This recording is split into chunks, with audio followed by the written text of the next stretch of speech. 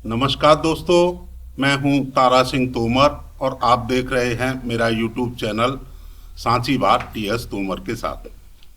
दोस्तों, आज हम आपको लेकर चलते हैं एक ऐसी कहानी की ओर जहां एक 5 साल का बच्चा एक दिन एक ट्रेन में चढ़कर हमेशा के लिए अपनी दुनिया से दूर चला जाता है। एक ऐसी कहानी जिसमें भूख है, डर है, दर्द है, पर साथ में एक उम्मीद भी है।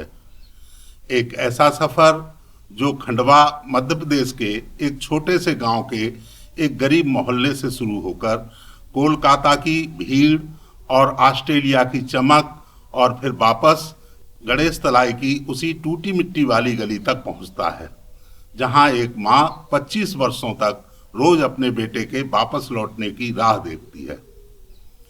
दोस्तों, ये कहानी सिर्फ एक बच्चे की नहीं, ये कहानी है माँ बेटे के उस रिश्ते की जो चाहे दुनिया के किसी कोने में चला जाए वह टूट नहीं सकता।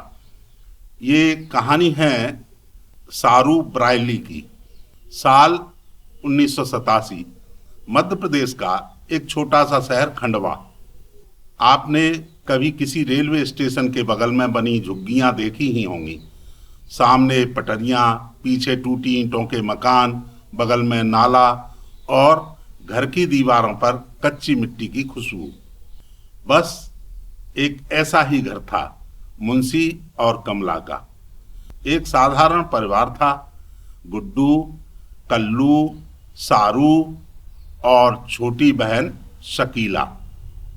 और इन चारों में सबसे छोटा था हमारी कहानी का नायक सारू। सारू की उम्र थी सिर्फ 5 साल। एक नन्हा दुबला पतला बच्चा जिसके छोटे छोटे कदम हमेशा बड़े भाई गुड्डू के पीछे पीछे ही चलते रहते थे। गुड्डू करीब 9-10 साल का।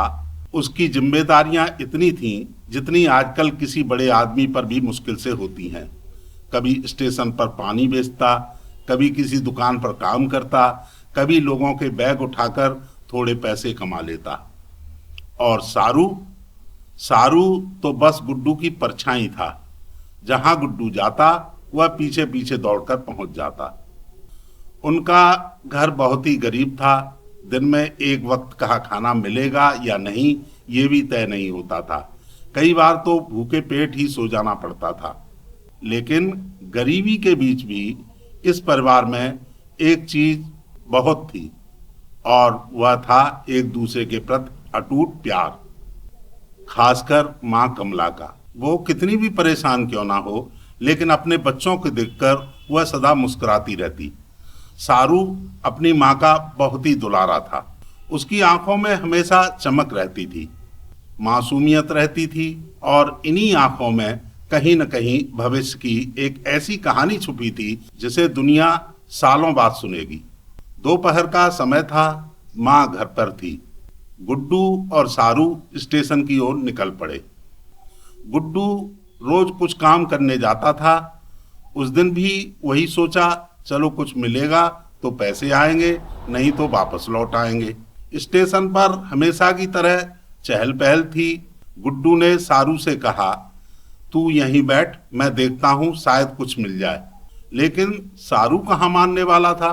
भाई के पीछे पीछे चलता चला गया। एक ट्रेन प्लेटफार्म पर खड़ी थी। गुड्डू ने सोचा, चलो इस पर चढ़ते हैं, शायद अंदर कुछ मिल जाए। दोनों एक डिब्बे में चढ़ गए। लेकिन जैसे ही ट्रेन चलने लगी, थककर सारू की आंखें बंद होने लगीं।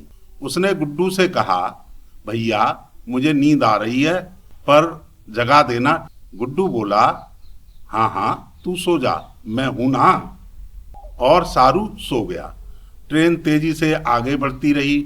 स्टेशन आते और छूटते रहे, लेकिन नींद में सारू को कुछ पता ही नहीं चला। जब उसकी आंख खुली तो वह घबरा गया। उसने देखा गुड्डू उसके पास नहीं था। वह रोते हुए चिल्लाने लगा, गुड्डू गुड्डू कहाँ हो। ट्रेन रुकती रही, लोग उतरते चढ़ते रहे, लेकिन सारू को अपना भाई कहीं नहीं दिखा।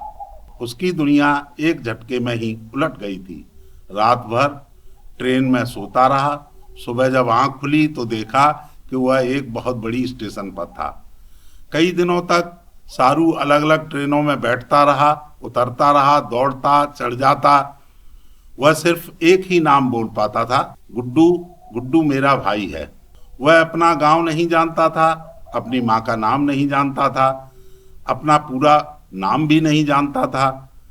ट्रेनें बदलते बदलते आखिर वह कोलकाता पहुंच गया, एक विशाल भीड़ भाड़ वाला महानगर, जहां हजारों लोग दौड़ते दिखाई देते हैं, लेकिन किसी को किसी से कोई मतलब नहीं होता। लोग उसे देखकर दया करते, कुछ चिल्लाते, कुछ अनदेखा कर देते। एक दिन एक आदमी ने उसे देखकर दया की, उसे खाने को दिया और फिर उसे एक एनजीओ के हवाले कर दिया। एनजीओ ने उसे अनाथालय में भेज दिया और यहीं से उसकी एक नई जिंदगी की शुरुआत हुई। लेकिन वो वहाँ भी खुश नहीं था। वह रात को उठ जाता और चुपके से रोता रहता, मुझे मेरी माँ के पास जाना है, गुड्डू तू कहाँ है? पर कोई जवाब नहीं मिलता। अनाथालय में कुछ महीनों बाद एक दंपत्ति उससे मिलने आया, जॉन और सू बर्डी। दोनों के चेहरे पर प्यार था, सुकून था और आंखों में अपनापन। उन्होंने सारू को गोद लेने का फैसला किया। उसे एक नया घर मिला, नया देश, नई भाषा और नई संस्कृति। उसका नाम बदलकर रखा गया सारू ब्रायली। ऑस्ट्रेलिया की दुनिया उसके लिए पहली बार किसी सपने जैसी लगी। यहाँ न भूख थी, न दर्द था और न डर। घर में प्यार, स्कूल, दोस्त और चमकदार जीवन। धीरे धीरे उसकी हिंदी खत्म होती चली गई और वह ऑस्ट्रेलियन अंग्रेजी में बात करने लगा। लेकिन दिल के किसी कोने में एक छोटी सी याद हमेशा बची रहती, माँ की गोद। गुड्डू, अपना वो पुराना घर, वो टीला, वो तालाब और स्टेशन के पास वो पानी की टंकी। धीरे धीरे 22 साल बीत गए। सारू अब बड़ा हो चुका था, कॉलेज पूरा कर लिया था, लेकिन एक दिन एक छोटी सी बात ने उसकी जिंदगी बदल दी।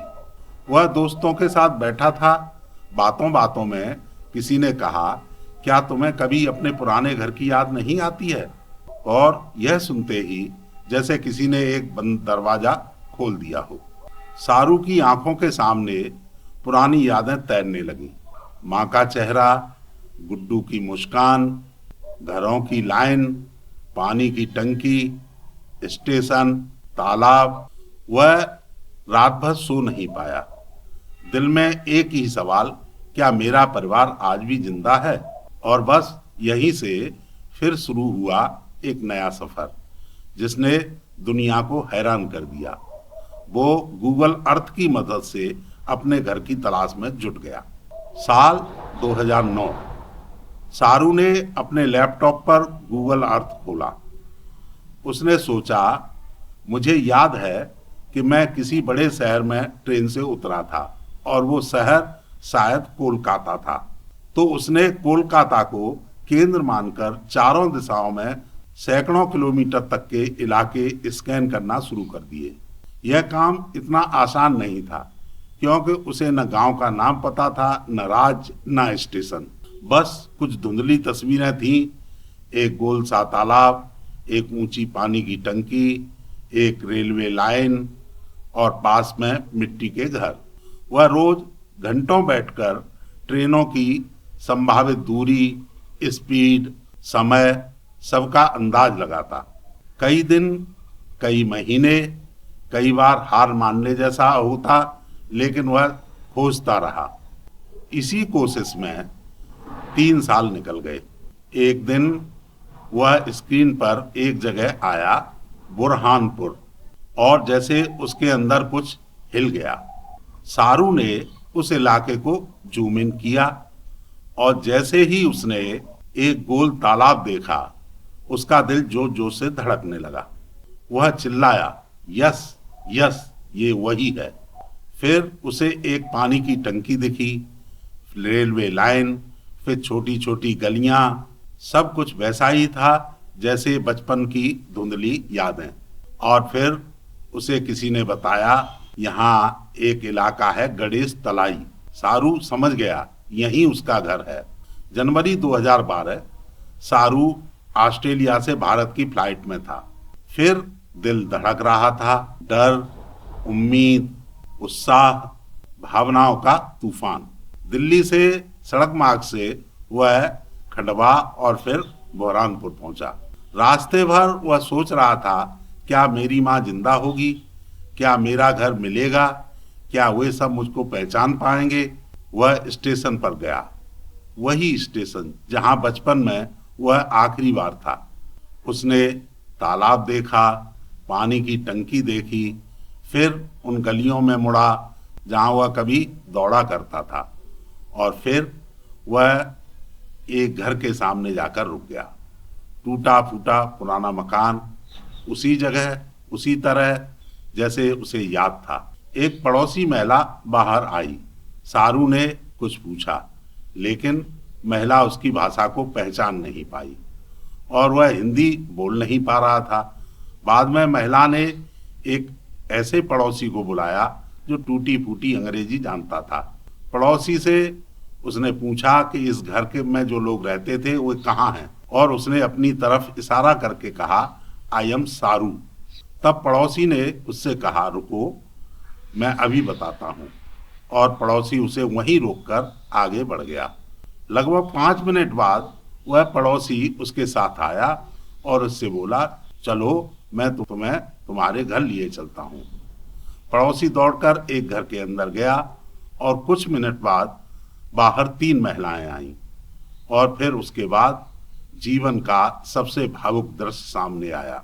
सारू को कहा गया, बताओ इन तीनों में से तुम्हारी माँ कौन है।